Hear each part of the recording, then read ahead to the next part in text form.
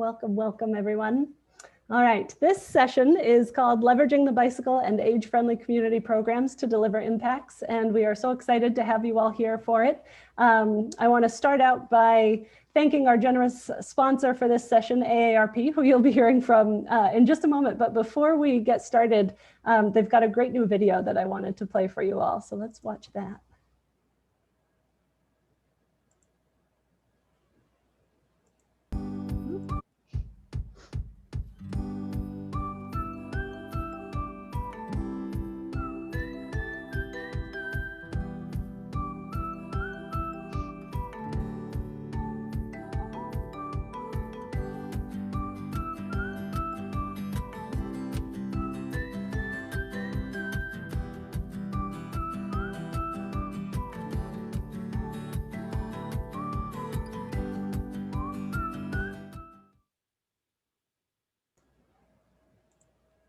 Excellent. So thanks again to AARP for sponsoring the summit and this session and for being an excellent partner to the League and to bicycling around the country. I'm really excited that you'll hear from Danielle at AARP during this session. But before we get into the actual presentations, a couple of housekeeping notes.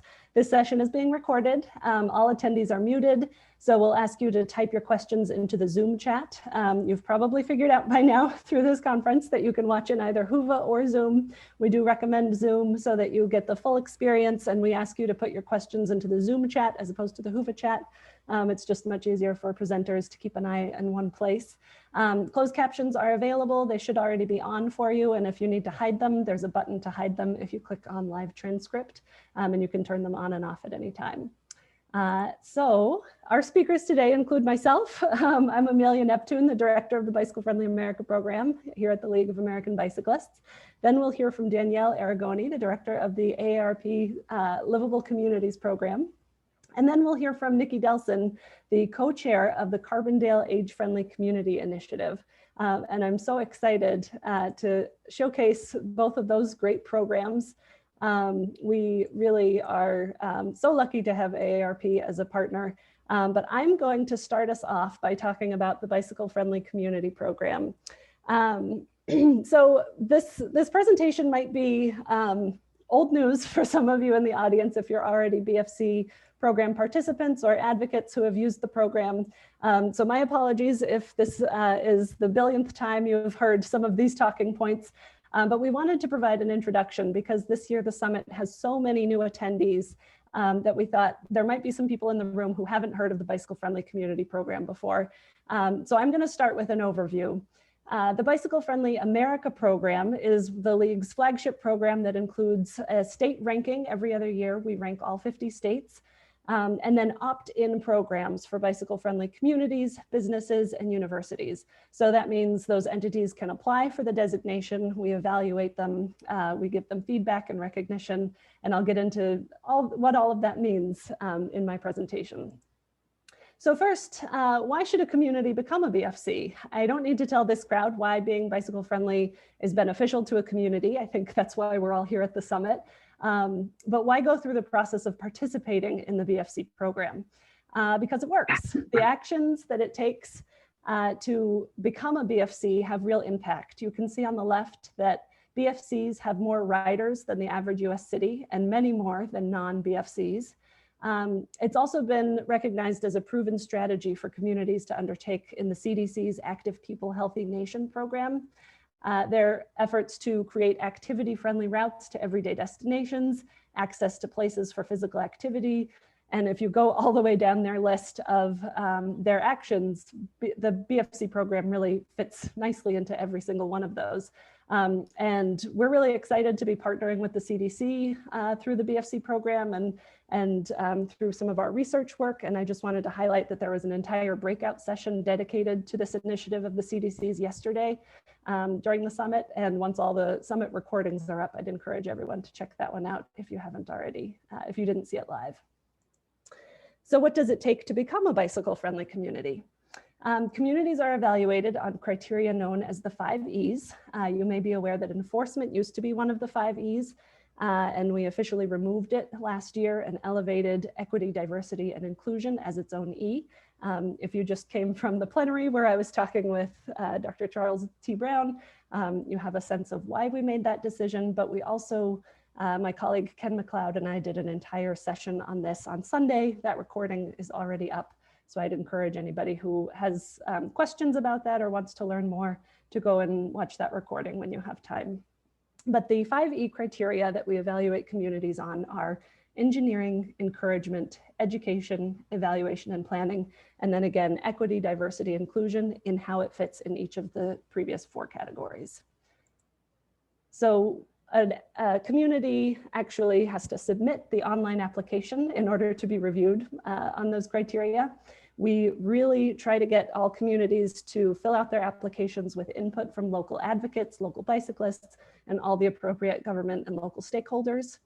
Applications are then reviewed by a team made up of league staff and external reviewers. We also get feedback from local cyclists and advocates via targeted public surveys that I'll talk about in a moment. And then communities that meet our criteria get awards, bronze through platinum, but not every community that applies gets an award. There's an honorable mention category. There's also the possibility of getting no designation at all. And a little known fact about the BFC program is that 60% of first-time applicants do not get an award. It's commonly perceived as a, one of those participation trophy awards where everybody that applies gets it. But in fact, that is not the case. We don't publish the names of the communities that don't get a designation. We do publish honorable mentions for 1 year on our website, but we encourage all of them to improve, to implement the recommendations that we've made, and to come back to the program afterwards. So the goal of the program is really that piece, the roadmap and assistance to improve regardless of the award level. So a little bit about the public input process.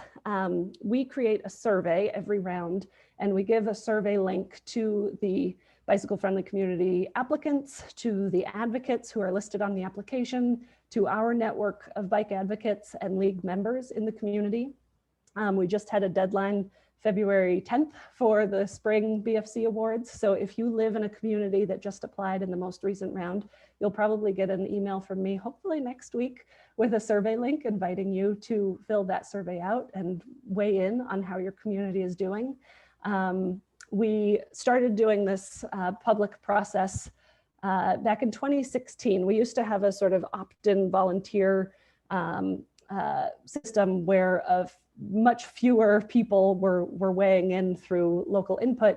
And we decided to open it up as broadly as possible. So we now ask our networks of bike advocates and applicants to share the survey as broadly as possible. And I'm really proud to say that since 2016, when we made that shift, we've received almost 60,000 survey responses from individuals in communities all across the country. So the other cool thing about that is we can do some really neat analysis of the survey responses and see that the different award levels do have different perceptions among the people who live in those communities.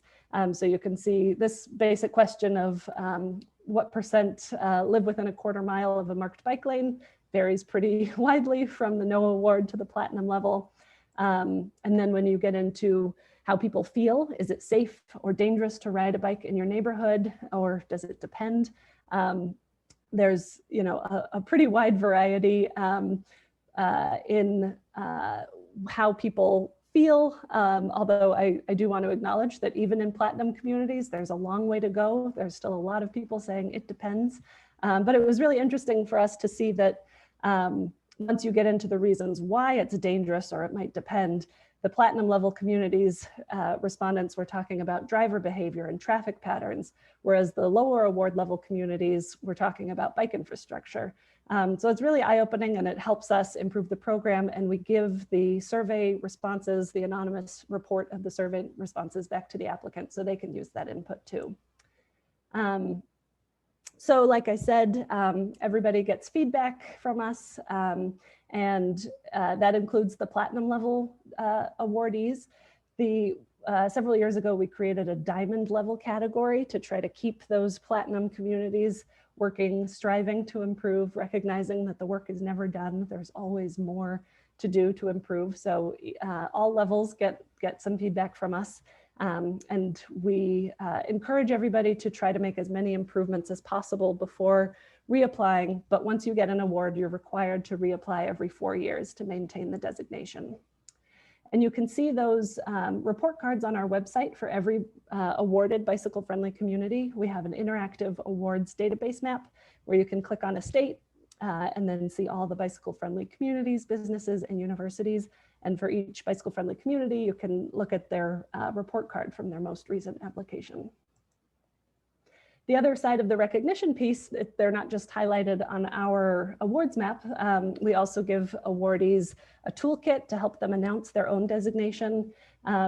We do a national press release that often gets picked up by national news, industry news. We have great partners like the Bicycle Alliance of Minnesota who do awesome statewide press releases acknowledging all of their communities within the state.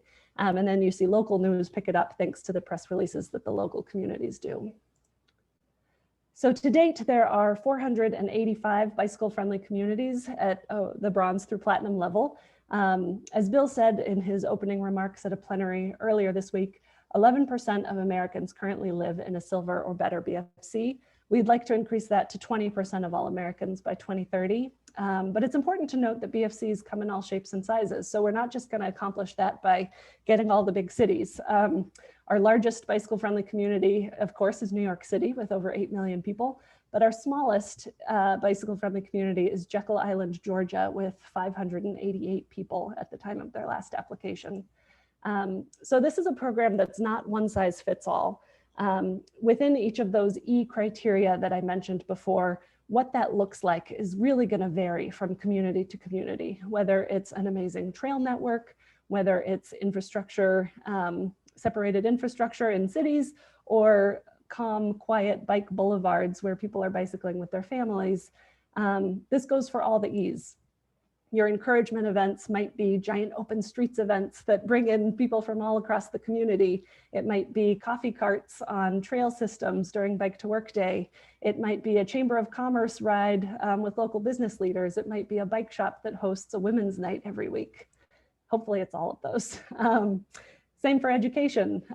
You know, there's maintenance education, youth education, adult education, learn to ride education, bicycle-friendly driver education. And I need to give a very special shout out to our own Smart Cycling Education program that has developed so many great resources. And we're really excited to announce with AARP a new learning module for older adults. Allison has been presenting on various aspects of the Smart Cycling program, and we even did a webinar on this specific topic with AARP last month, or no, in January. Then we can provide the link to that in the chat box. But I just wanted to call it out that you know, education never stops at any age, and we're really excited to partner with AARP on developing resources for older adults when it comes to bike education. So then same thing for the evaluation and planning piece.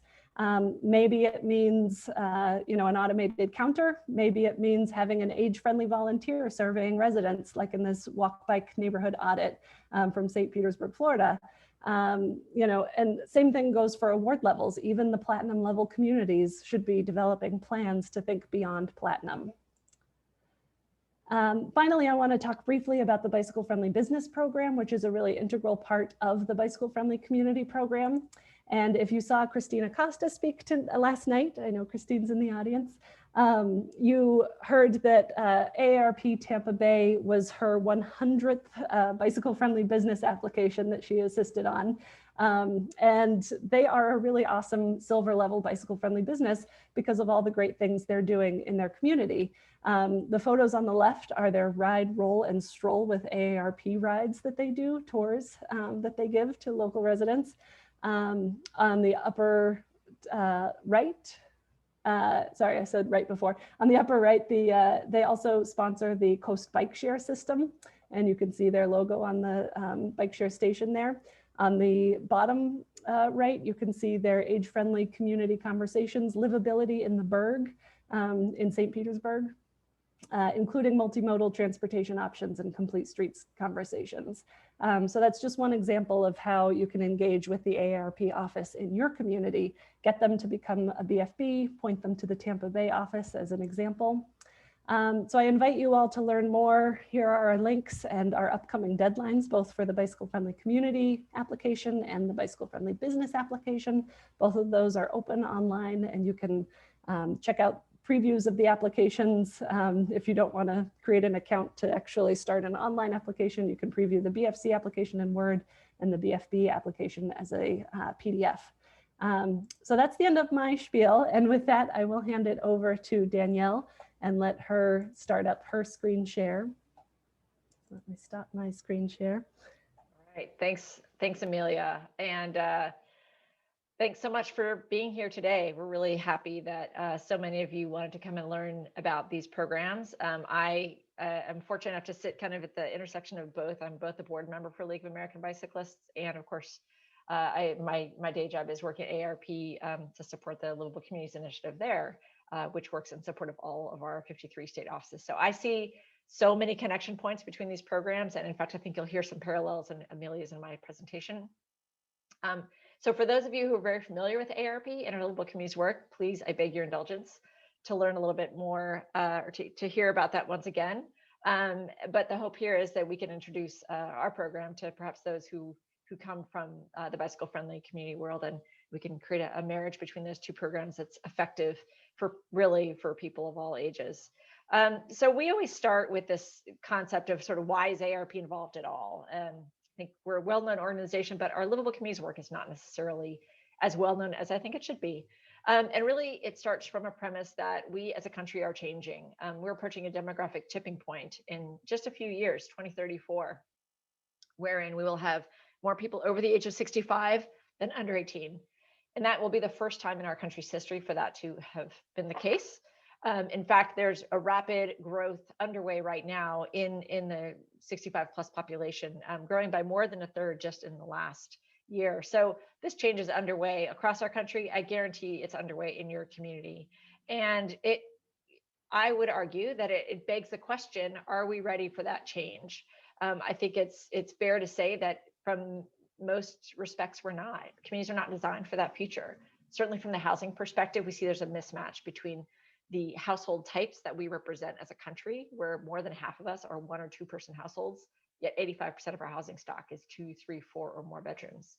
We see that housing affordability is an issue, particularly for older renters, and there's a lack of housing with universal design features or accessibility features in place. When we think about public spaces, we know that older adults are not utilizing public spaces and parks to the same degree that they represent of the population. Parks are not designed necessarily with the needs of older adults in mind. Moreover, parks are not equitably distributed, and certainly there are fewer and more parks in demand in communities of color than elsewhere. And that the lack of parks, the lack of green space can have very real health effects, particularly in areas that experience heat waves for older adults and for people of all ages. When it comes to transportation, one of our sort of guiding frameworks here is the knowledge that older adults outlive their ability to drive by anywhere from 7 to 10 years. And I think we all know how critical mobility is to quality of life, to joy, to health, to happiness. So when that day comes when older adults can no longer drive, that represents a very significant change in their quality of life if there are not transportation alternatives in place. I think we're all aware that there's a transit crisis underway. Funding is in question, ridership is down, concerns about safety and health are rampant. And this is not news to any of you, but we've all seen this incredibly scary uptick, frankly, as a consistent uptick in bike and ped fatalities in recent years. And disproportionately, those are impacting older adults in 35 states. Those built environment features all roll up to contribute to a sense of prolonged isolation and loneliness that we know has very real health effects for older adults. It's actually equivalent to smoking 15 cigarettes a day. These living in a situation where you're experiencing prolonged isolation, and that has very real mental health effects as well. So again, what are the pieces of this picture that we can tweak, that we can enhance to become better places for older adults? Well, we think there's a lot, and in fact, that's kind of the nexus of our work. So our goal is really to support community leaders, local leaders like you all, to think differently about your housing, transportation, and public space decisions so that we are creating places that truly work for people of all ages. We do that in a few different ways that I'll go through very quickly, but I wanted to underscore that last point. There's an AARP state office in every state in our union and several territories as well. And I guarantee you that all of them are very much committed to enhancing the quality of life for older adults in that state. So if you haven't yet made those connections, I know there's a few of my colleagues here on the line today, please do. I encourage you to do so, to get to know them, make yourselves known to them. The great thing is that while there are a lot of roadblocks to the kinds of communities that we think need to be created, the reality is there's a lot of opportunities to do that. And both of the programs that you'll hear about today are pathways to do that. So what are those roadblocks? Some of them are, frankly, a lack of option, a lack of alternatives for when people no longer are able to drive or choose not to drive. There's, we know there's widely disparate access to quality transit, bike and ped environments. Some neighborhoods are well served by dedicated bike infrastructure. Others are wholly absent of it, are lacking in it. There's a lack of access to things like rideshare and rural transit. And that is the result, frankly, of both inadequate investment on the parts of our federal, state, and local governments, but also a lack of engagement about what those alternatives really need to be, what they should look like. Another roadblock is, frankly, the public transit crisis that we discussed before. Older adults and people with disabilities are critically dependent in many cases on transit. And so when service is in decline, when routes shift, when hours shrink, when access becomes hindered in any way, it means a very real quality of life impact for older adults and people with disabilities.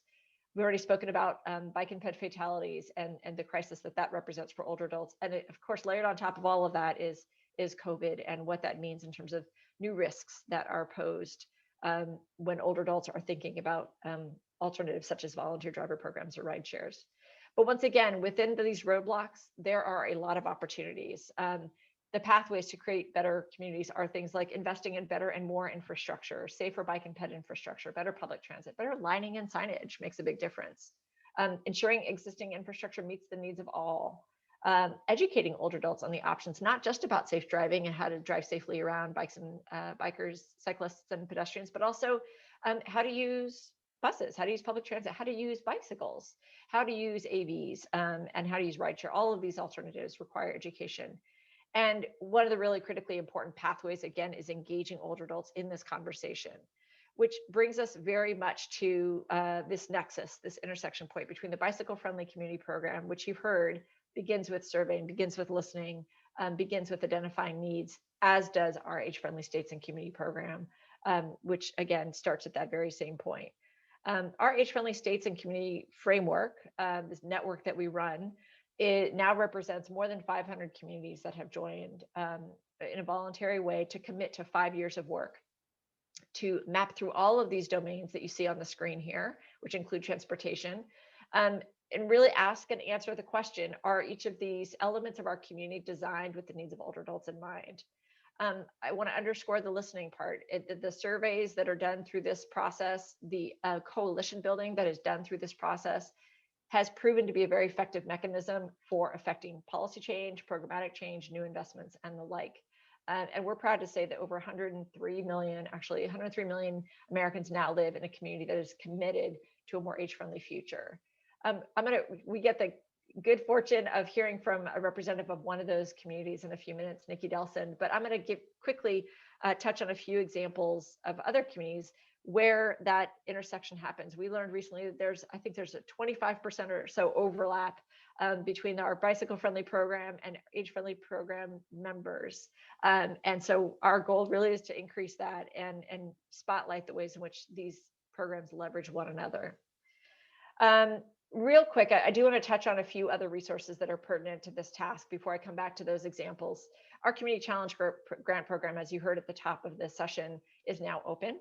This is a really, I think, wonderful opportunity for us to invest in quick action projects on the ground level that are able to demonstrate the value of change in the built environment. Most of our grants in the past have gone to things like public spaces and transportation. And we've made grants in every state across the country. They're often quite small. They need to be done in a handful of months, but they've proven to be really critical ways to make the case for change, to demonstrate why better crosswalks can reduce traffic speeds, to make the case for how a temporary bike lane could potentially be made more permanent, for bike education programs, for public art that helps to reinvigorate and reinvest in existing places. But also things like communities have used the funding to bring older adults into the discussion, into the decision-making process, to engage them more in public decision-making, to do public art, community gardens, public art, public infrastructure, parks and whatnot. So again, the opportunities are nearly endless. Really encourage you to learn more about it. And if you are all interested, please do check out our website. The deadline for those applications is April 14th. We have a few other tools as well. Our livability index is one that is very useful, I think, to communities who are trying to figure out what works well for them and what needs some work. We have a map now underway that lets you search for communities by size, by priority, by issue, by program.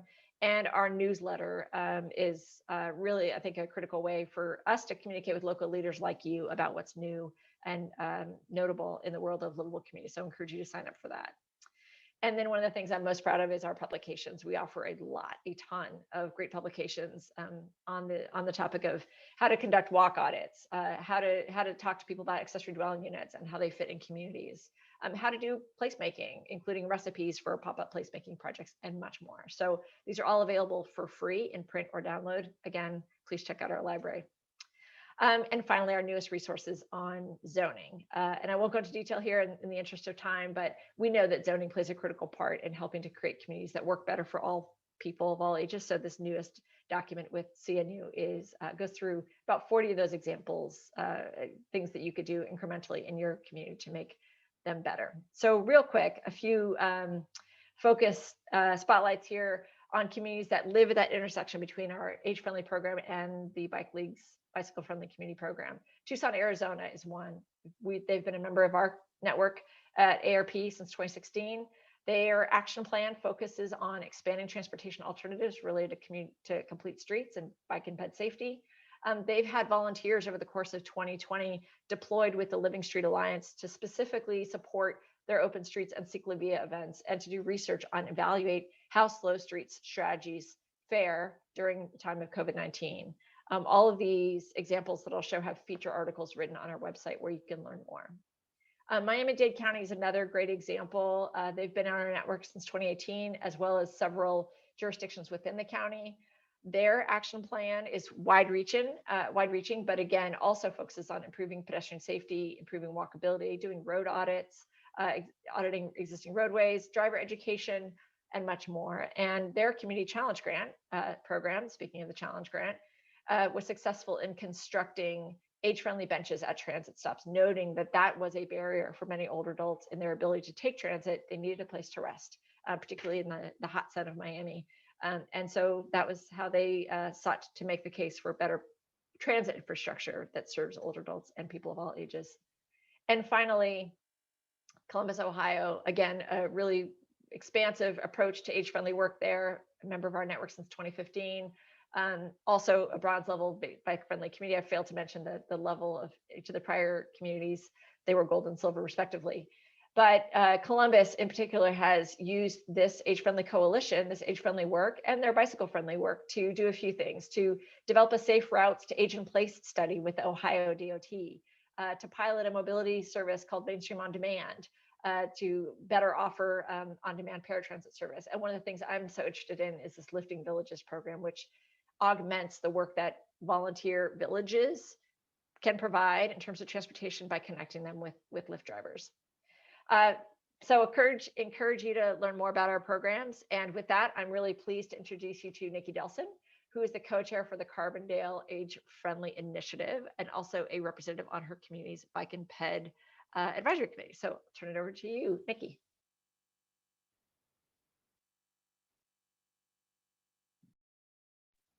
Niki, you're on mute. Sorry. Can you hear me now? So hi, everybody. I'm very, very happy to be here. Before I go to screen share, I'll just share this picture behind me.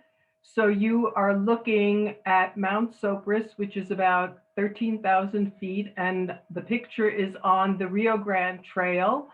Carbondale is at the base of Mount Sopris. The Rio Grande Trail runs south, but up valley to Aspen. It's a 40-mile bike trail that runs from Aspen along the Roaring Fork River all the way down to the Colorado River in Glenwood Springs, and then there's about 16 miles more of bike lanes through off-road bike traveling through the Glenwood Canyon, and each town, each mountain town along the Rio Grande Trail has a system of their own bike trails. So I'm gonna talk to you and tell you some stories about how Carbondale, which is the community that I live in, pulled together both bike-friendly community and age-friendly community, and for the benefit of people of all ages in the town with regard to bike and pedestrian and automobile issues. So let me see, I am an older adult who is not yet technologically challenged, but getting there. Okay. So this is the town of Carbondale. Hold on, we can't see your slides yet. You cannot. Okay. No, click that share screen button on the bottom. Got it.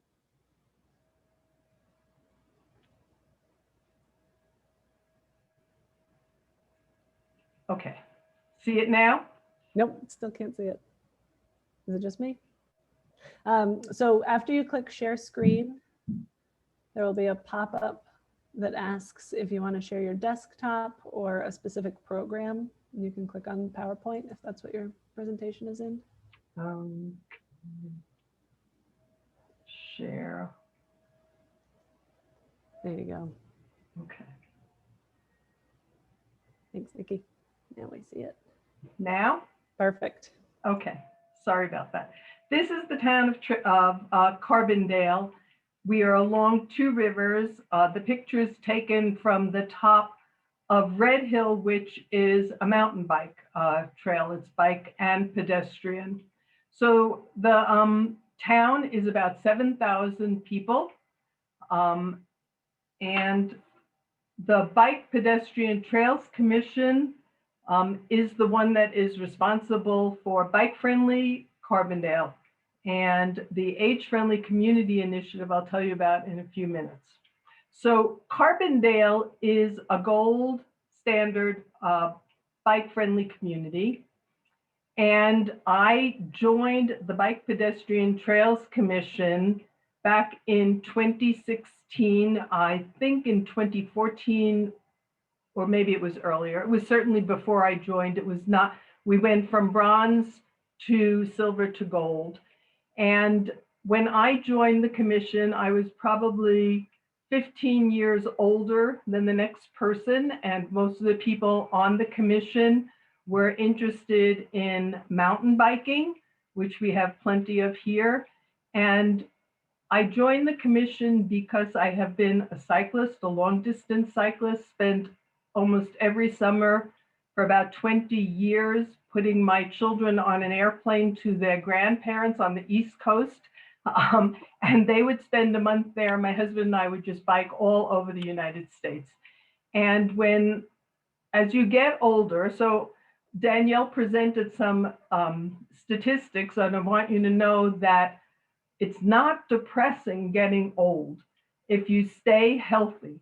And that's the most important thing. And I joined the commission really because I wanted to change the conversation so that it didn't represent only the younger people who were still riding to the top of all the mountains, because as you get older, you really do see the horizon changing and you still want to be physically active, but recognize that spending the day riding 100 miles is probably not going to be possible. But I was still able to get, when I moved here, and I was about 65, I think at the time, I still knew that I could get up to the top of the Maroon Bells ride, but I also knew that that was not going to last forever. So I joined the bicycle the commission in order to change the narrative, to have them recognize that older adults are still very capable of being very mobile, and we don't need people to tell us how to do that. We've been doing it all our lives. We just need to recognize that the infrastructure of the town needs to be recognize the changing capacities of older adults. So the Bike Commission, you've already learned that there's a designation and forms that you fill out. And it's really wonderful because when you become a bike-friendly community, they also give you some suggestions on how to get to the next level. Joining the age-friendly initiative to make the town age-friendly is different in that it is not a designation, it's really an aspiration. And it really means that you are engaging the entire community and the entire government and all of the people that work within the community on every single level to join together to fulfill an aspiration and a vision of making the town more age-friendly. So mobility, we've talked about, is really relates to the physical and mental health issues as you get older. And all of you who are listening, hopefully, are going to be lucky and get old too. And so the Age-Friendly Community Initiative is a group of older adults who came together. The youngest person in the group is 65. The oldest just turned 84. We're everywhere in between that age, and we are not supported by any government entity. We get money from nowhere other than a grant if we have a project.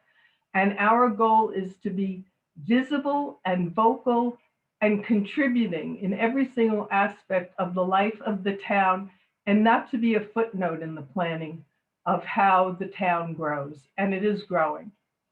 So I'm going to share the stories about how the two organizations, Bike-Friendly Community and the Age-Friendly Community, have worked together with two different projects that we did over the last couple of years. So this is a little Carbondale Peloton. So how, when there are, you hear about children getting on bicycles, here kids get on bikes by about the age 2, at the same age that they get on skis. So when we talk about planning for the town, we're talking about children on Strida bikes, and we're talking about older adults who are also on the streets. And it's not 8 to 80. I don't know, people say you shouldn't say from the cradle to the grave, but my mom died this summer at 103, and at 100, she was still teaching folk dancing. So one of the things that we did in our town is that the Age-Friendly Community Initiative took ownership of bringing bicycle safety to the community. And these cards that you see, they're about the size of a credit card, and they are created by the Colorado Department of Transportation. They're on both sides, and we collected money through some of the local banks, and we went to a local bicycle store, and at their cost, we bought bicycle bells, and then we had, they were good bicycle bells, and then we created an event where we would be giving out bicycle bells in exchange for people promising to read to their children and teach their children the rules of the road. And we did this on 2 different events with the Bike Pedestrian Trails Commission. So we set up a stand. It was older adults. We had all of the tools to install the bikes with good bicycle bells. And we announced it in the newspapers and said you had to bring your bike, but if somebody didn't bring their bike, we made them promise, hold up their hands and promise that they would follow the rules of the road. The local community, we have an assisted living, heard about the Bike Bell project. And so they asked us to come to their facility and install bells on all of the wheelchairs and the walkers. And so that's what you see here. Although I did hear that they were going up and down the hallways, ringing their bells and using the bells to get their service for lunches and dinners faster. We, in the Age-Friendly Community Initiative, we found out quite accidentally when we were trying to figure out how to get the town to pay attention to some of the pedestrian cyclist issues. We found the AARP walk audit. And so all of the people, there are 10 of us on this steering committee, did a walk audit of every single priority corridor in the town. And then we brought it to the Bike Pedestrian Trails Commission, making a recommendation to the commission with a report that they address the issues of a very, very dangerous road that is listed as a multimodal corridor, but really was not paying attention to the safety issues. So a common theme that we heard in doing this walk audit was that pedestrians, mothers with strollers, people who were walking their dogs often had conflicts with cyclists. And it was the cyclists who were not following the rules of the road. I mean, we were having more trouble with cyclists blasting through stop signs and not paying attention to pedestrians than we were with automobiles speeding. So we started a project talking about sharing the road. And I just thought I'd put up this next picture because it's kind of funny. In Carbondale, there are twice a year when we share the road with the cattle that are coming down from about 10,000 feet and wintering in Carbondale. They have the right of way in Carbondale to go through the town. Now they even have the right of way to go through one of the assisted living facilities because it was built right on their pathway. And you can't see in this picture, but the cyclists are all piling up behind them, and we go along this route with the cattle.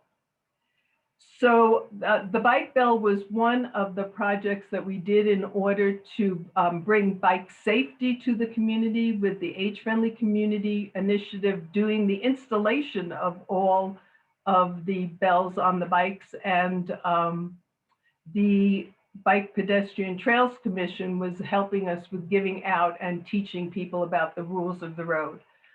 But an even bigger project and a much more difficult project was to get the town to pay attention to infrastructure challenges along a multimodal corridor. And as I said earlier, we did, the age-friendly community did an audit, a walk audit, and then we filled the town hall meeting on one of the designated mobility Board of Trustees meetings. We filled the town hall with older adults demanding that they stop putting this multimodal corridor at the end of, just kind of kicking it down the road because it's a pretty dense neighborhood and they would have to change it.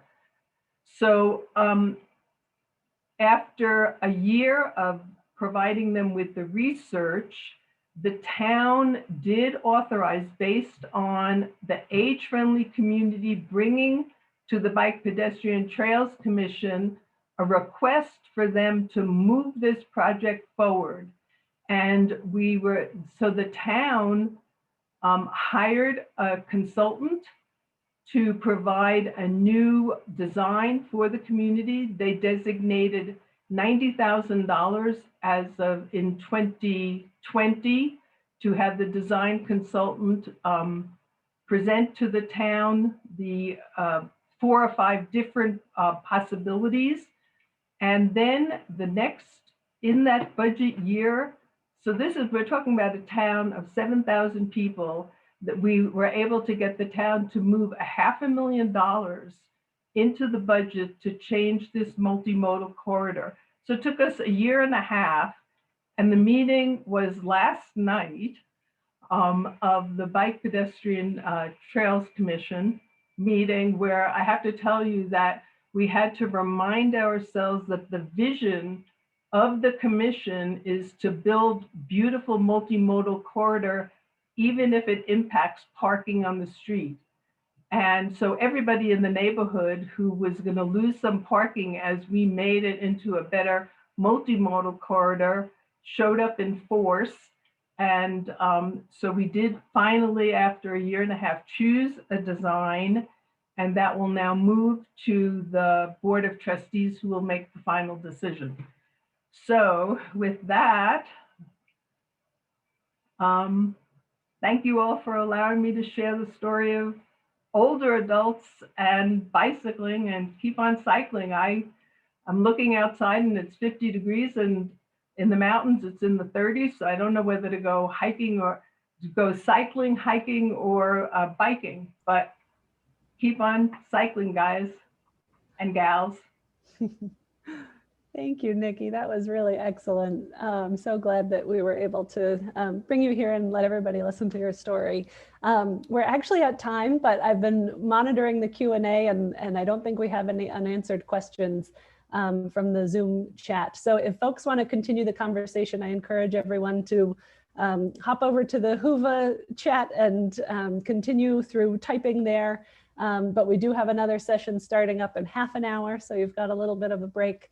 So with that, I am going to thank our speakers, Danielle and Niki. Thank you so much for being here, for all of your support, and for your work in Carbondale and with AARP across the country. We're so excited to have you both as partners here. And I do hope that everybody on the call was inspired to go find your local AARP office and consider them new partners if they're not already a group you're working with.